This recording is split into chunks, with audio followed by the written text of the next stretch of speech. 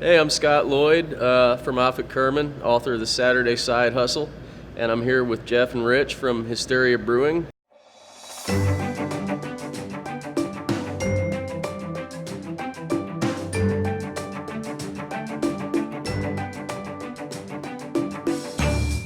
So we were jawing a little bit earlier about all of the investment in terms of sweat equity and actual money that you had to dump into this business before you even became a licensed provider of alcoholic beverages, right? Let's explore that a little bit. Tell me what that was like. It takes a lot of money, obviously. I mean, if you look behind us, we've got some very, very expensive tanks, and the build out. When you get the place, it's a shell.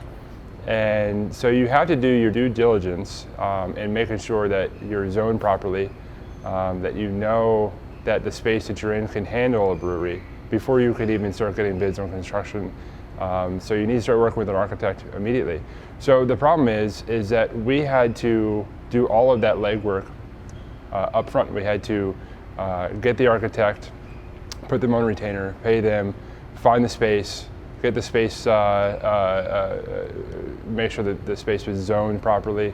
And then, eventually we finally got to the construction part. The county would be, and the state would be preferred that before you even apply for your liquor license, that you're done with construction, you have your use and occupancy permit.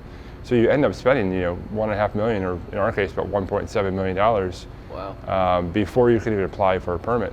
And then when we got to that point for the county, they required one of us to be not only live in the same voting district Right. as this brewery, but also be on the liquor license and have lived here for 3 years or something like that. Yeah. So we were kind of in a pickle at that point because neither one of us live in Howard County. Right. So luckily, my brother-in-law lives literally across the street and is our general manager. Okay. So he was allowed to be added to the liquor license. Is that your resident agent? As our resident agent for the liquor license, absolutely. Yeah, it's kind of kooky that they require that you have lived in the county or even the district for 2 or 3 years or whatever it is. It's And he had to go to each one of his neighbors and have them sign. Right, you have to get a petition signed, right? That was actually at least that he 3 lived there. people, I think it is. And in that's Howard not, County. that's not a fact that was common knowledge. Like, we'd already chosen the space and started construction before we even found out that was a requirement, so. Yeah, I mean, we chose Columbia because Columbia is awesome. I mean, I've lived here myself. I went to high school out here, and just the demographic of Columbia is exactly who our target audience is. Yeah. So we wanted to be here.